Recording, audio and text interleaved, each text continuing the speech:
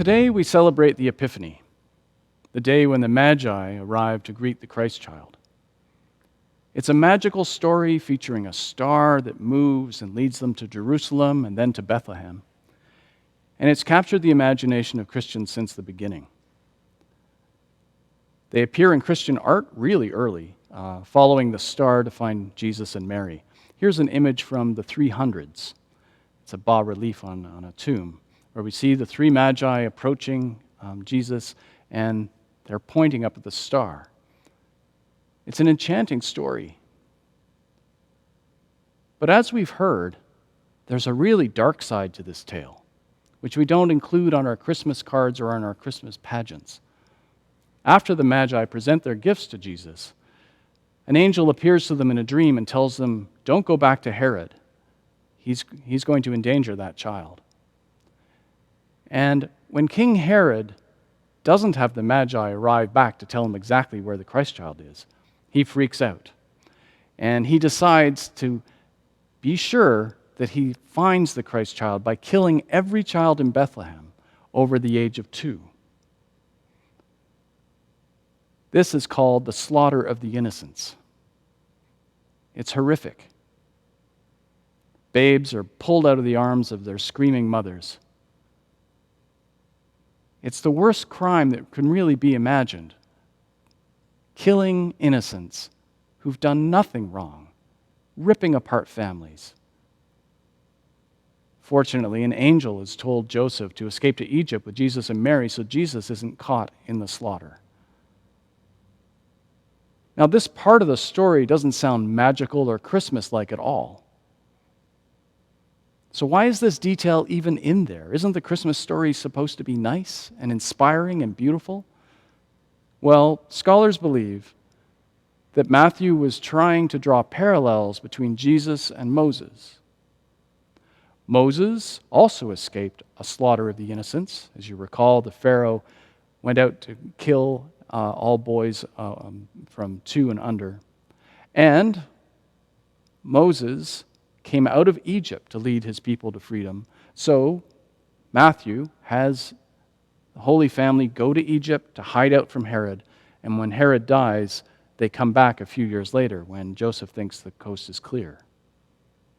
But could any of this even have happened?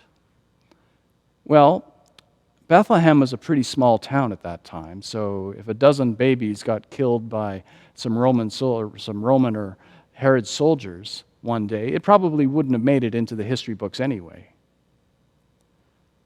But what is clear is that this sort of violent action was totally in character with who Herod the Great was. Herod was a puppet king for the Romans. He was a king of the Jews without actually being a Jew. He'd married a Jewish princess. He made alliances through marriage, like many kings do, and he had 10 wives. However, when he suspected that his family was plotting a coup, he arranged to have his wife and 3 of his sons killed. Then, as now, leaders who are willing to kill members of their own family are to be feared by their subjects. If they can do that to their own, they can do anything to you. And indeed, not long after the birth of Jesus, King Herod punished a small rebellion of rabbis by burning them to death. And he also gave orders that the leaders of Jewish villages should all be gathered into a forum and slaughtered when he died. Fortunately, the people in charge after he died didn't follow out that particular order. But it gives you a sense of what kind of man Herod was. So even if Matthew is engaging in some fictional flourish with his slaughter of the innocents, it's clear that Herod was a serial murderer and could have easily have done this. By modern standards, he was an Idi Amin or a Hitler. Matthew wants us to understand that Herod represents the worst kind of ruler, someone who will slaughter even innocent children to keep his power. Matthew starts his gospel with this event as a kind of overture to the entire Jesus story. Matthew is saying the stakes are high. Jesus has come to preach a message that will be resisted by those who are willing to kill innocents to keep their power. The Jesus message isn't just about being nice to the person who lives next door to you or nice to your children. The stakes are very high, Matthew's saying. We're talking about a world that's ruled by a degree of violence that keeps everyone in a state of perpetual fear. On the face of it, it's a ridiculous contrast. The baby against the baby killers. The child against the power of a military state. It's a contest no mere child could possibly win. How could a single baby ever stand a chance at fighting back against the Herods, the Hitlers, the Idi Amins, the Talibans, the Trumps? But Matthew tells us that a baby will provide the answer to all this kind of evil. The Christ child holds the key to a new way of living that will defeat evil. And that part of the Christmas story sounds so far-fetched, even to our ears, that we've stopped including it in our Christmas pageants. We don't even tell it to our kids, and we don't feature it in the way we portray the Christmas story. The idea that a baby, a child, could be the key to bringing down an empire is so fanciful and unrealistic, it's just faded away. Or so I thought, until I was watching this season of Disney's smash hit, The Mandalorian. I know that not everyone subscribes to the Disney Channel, but it's hard to miss all the posters of The Mandalorian, which are everywhere. It's a Star Wars spin-off, a television series that takes place in the years after Luke and Leia and Han Solo have defeated Darth Vader and the evil Emperor, and they brought down the Empire. But in the television show, out in the outer rims of the galaxy, the Empire's soldiers and generals still live on and still have some power and want to have all of the power back. The Mandalorian is basically a Western set in space. The title character is this fellow with the mask on.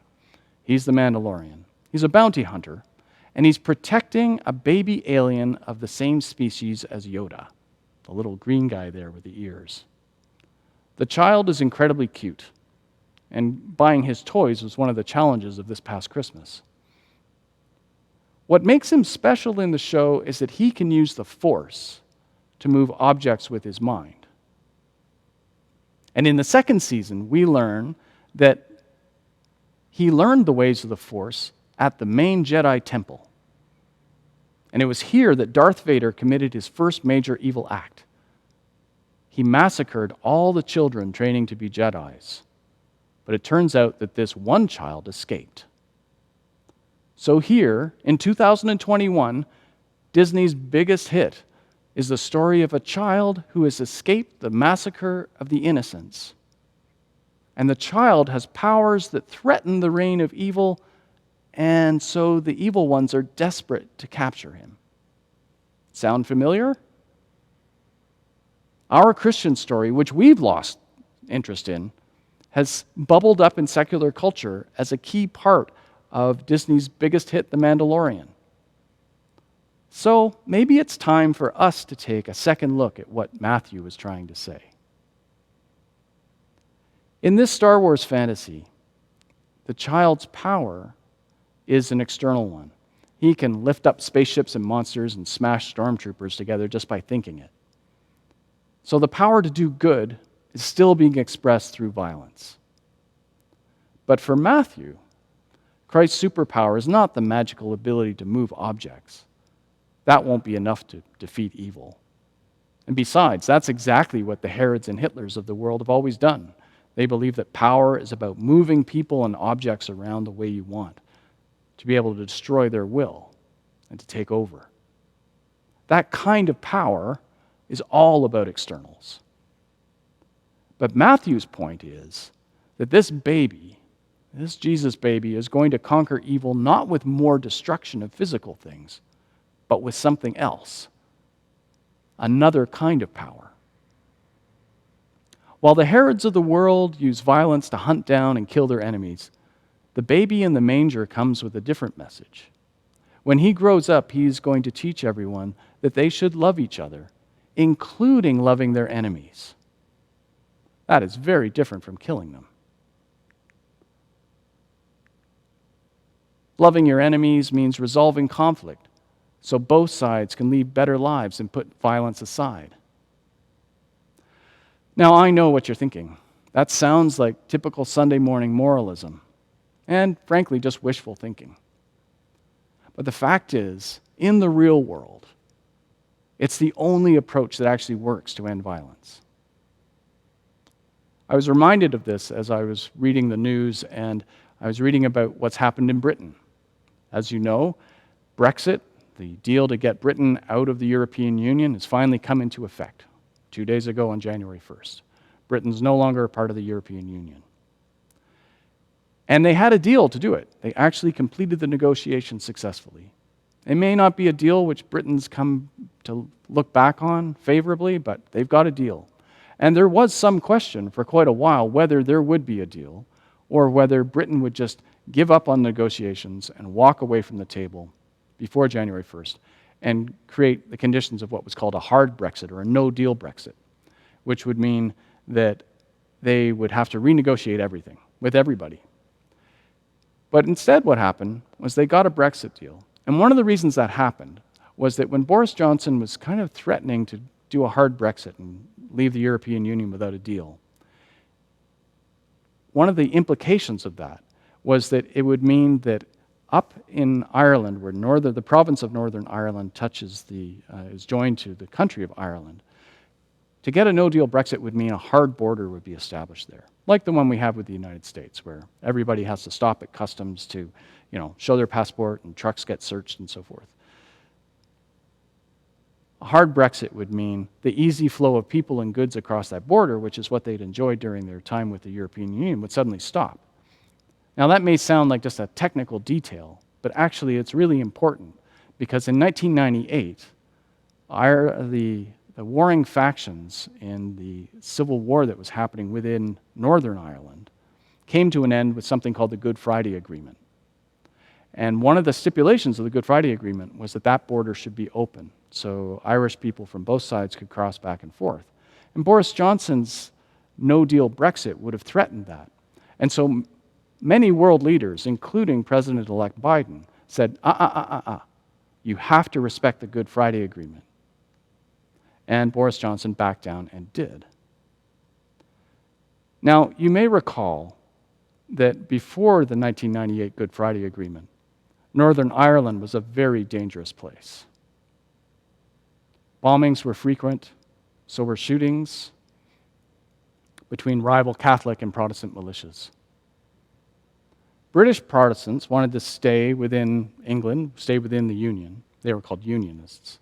Whereas there were separatists among the Irish Catholics who said it'd be better to have Northern Ireland join the rest of Ireland.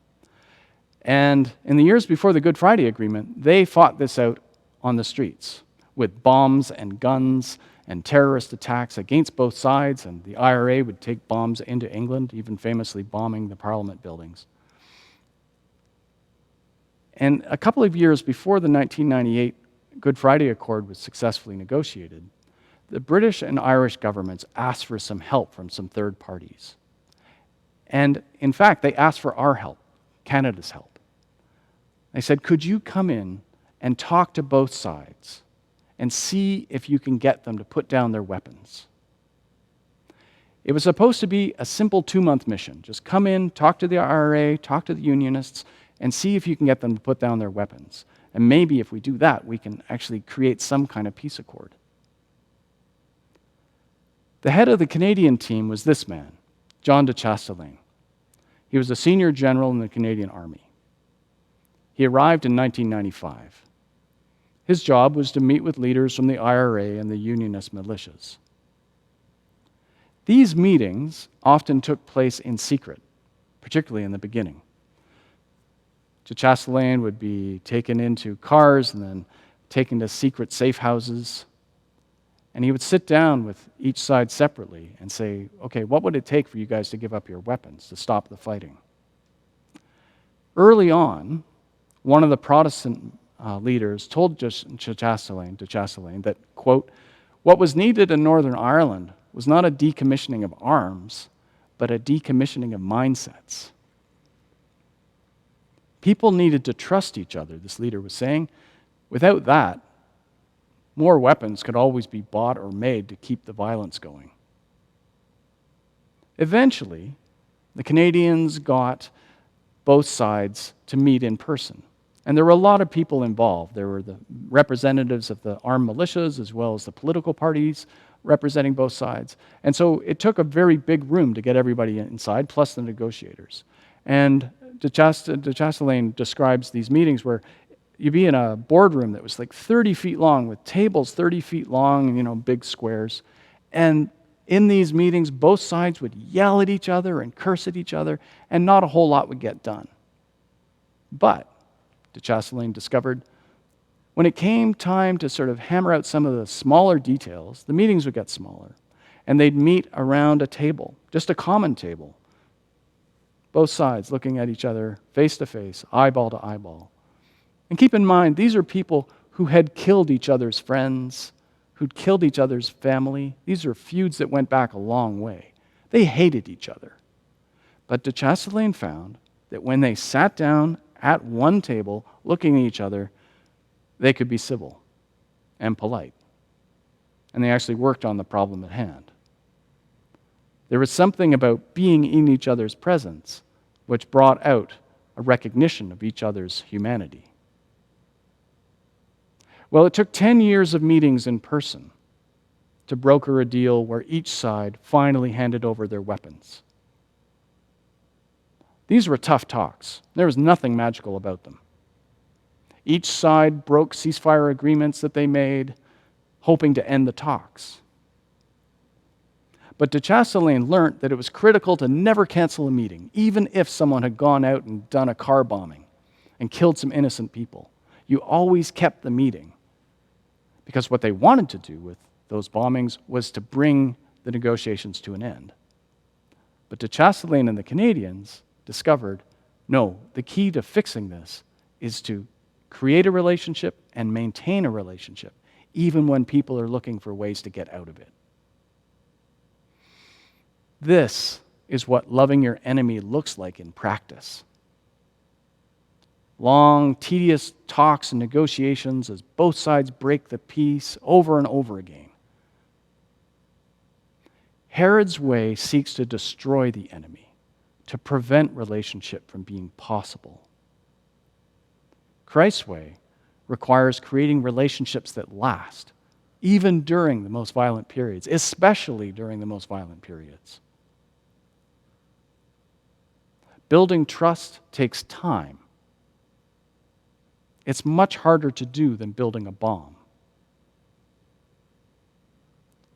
Loving your enemies doesn't mean liking them, but it does mean showing up and listening to them and being with them until they find another way to live without violence.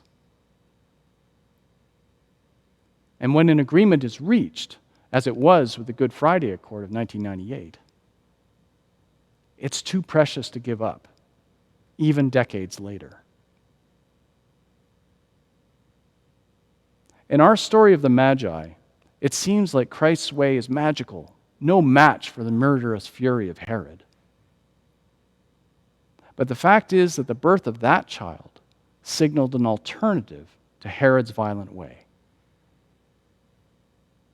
It doesn't come from more violence.